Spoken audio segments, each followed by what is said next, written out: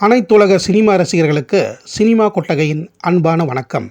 1941ஆம் ஆண்டு வெளிவந்த அனைத்து படங்களையும் வரிசையாக பார்த்து வருவதில் அந்த வரிசையில் இப்போது நாம் அடுத்து காண இருக்கும் திரைப்படம் காமதேனு என்ற படமாகும். இந்த படத்தினை இயக்குனரின் தந்தை என்று போற்றப்படும் கே. சுப்பிரமணியம் அவர்கள் கதை வசனம் எழுதி தயாரித்திருக்கின்றார்.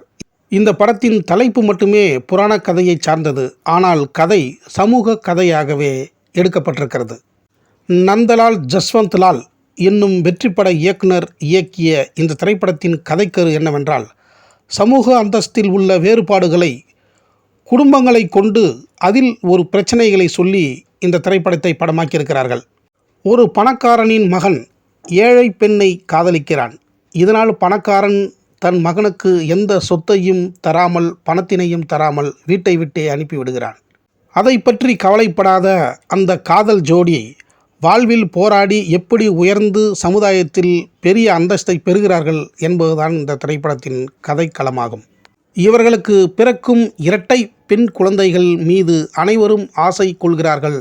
வீட்டை விட்டு விரட்டிய பணக்காரன் அந்த இரட்டை குழந்தைகள் மேல் ஆசை கொண்டு பிறகு அவர்களை தமது குடும்பத்திற்கு எப்படி அழைத்தான் என்றும் இந்த படம் முடிவை சொல்கிறது.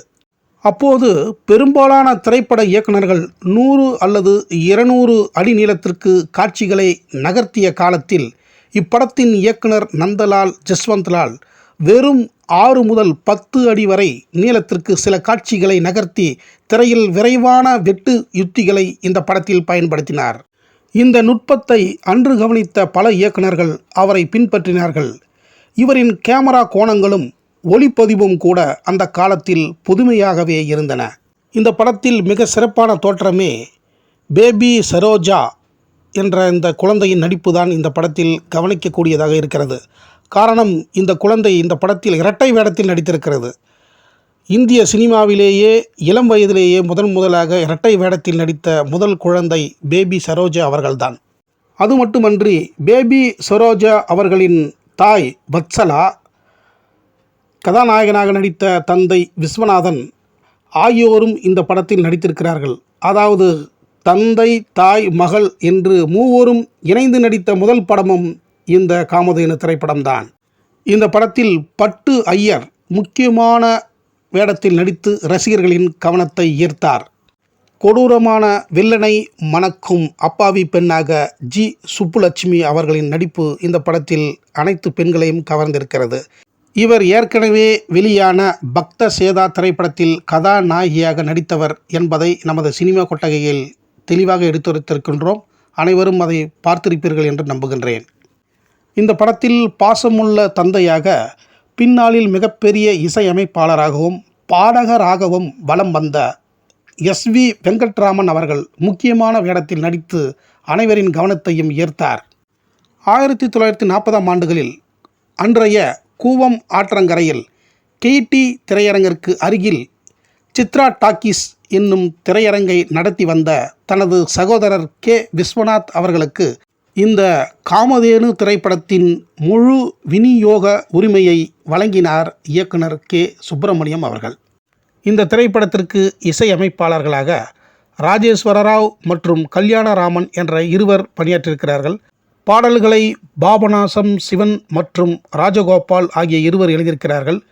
ஒளிப்பதிவை ஆதி மற்றும் எம். இரானி என்ற இருவர் செய்திருக்கிறார்கள். கலையை ருஸ்தும் ஜி. மிஸ்திரி என்பவரும் ஸ்டில்ஸை அபுபேக்கர் என்பவரும் செய்திருக்கிறார்கள். இந்த காமதேனு திரைப்படம் 18,000 அடியில் எடுக்கப்பட்டு 26/2/1941 அன்று தணிக்கை செய்யப்பட்டு 27/3/1941 அன்று வெளியாகி ஓரளவு நன்றாகவே ஓடியிருக்கின்றது. இந்த தகவல்களை தவிர வேறு எந்த தகவல்களும் இந்த காமதேனு திரைப்படத்தினை பற்றி நமக்கு கிடைக்கவில்லை. காணாமல் போன படங்களில் ஒன்றாகவே இந்த காமதேனுவும் இருப்பதில் வருத்தமாகவே இருக்கின்றது. மிகவும் சிரமத்துடனே இந்த தகவல்களை சினிமா கொட்டகையில் உங்களுக்கு வழங்கியிருக்கின்றோம் என்பதில் பெருமைதான். இதுவரை இந்த காமதேனு திரைப்படத்தினை சினிமா கொட்டகைக்கு வந்து பார்த்த அனைத்து கலை நேச நெஞ்சங்களுக்கும் என் நெஞ்சார்ந்த நன்றியை தெரிவித்துக்கொண்டு, இனி இதே 1941ஆம் ஆண்டு வெளிவந்த மற்ற அனைத்து படங்களையும் அடுத்தடுத்த வீடியோவில் தொடர்ந்து வரிசையாக பார்ப்போம். நீங்களும் பார்த்து உங்களின் ஆதரவை வழங்குங்கள் என்று கேட்டுக்கொள்கிறேன். நன்றி, வணக்கம்.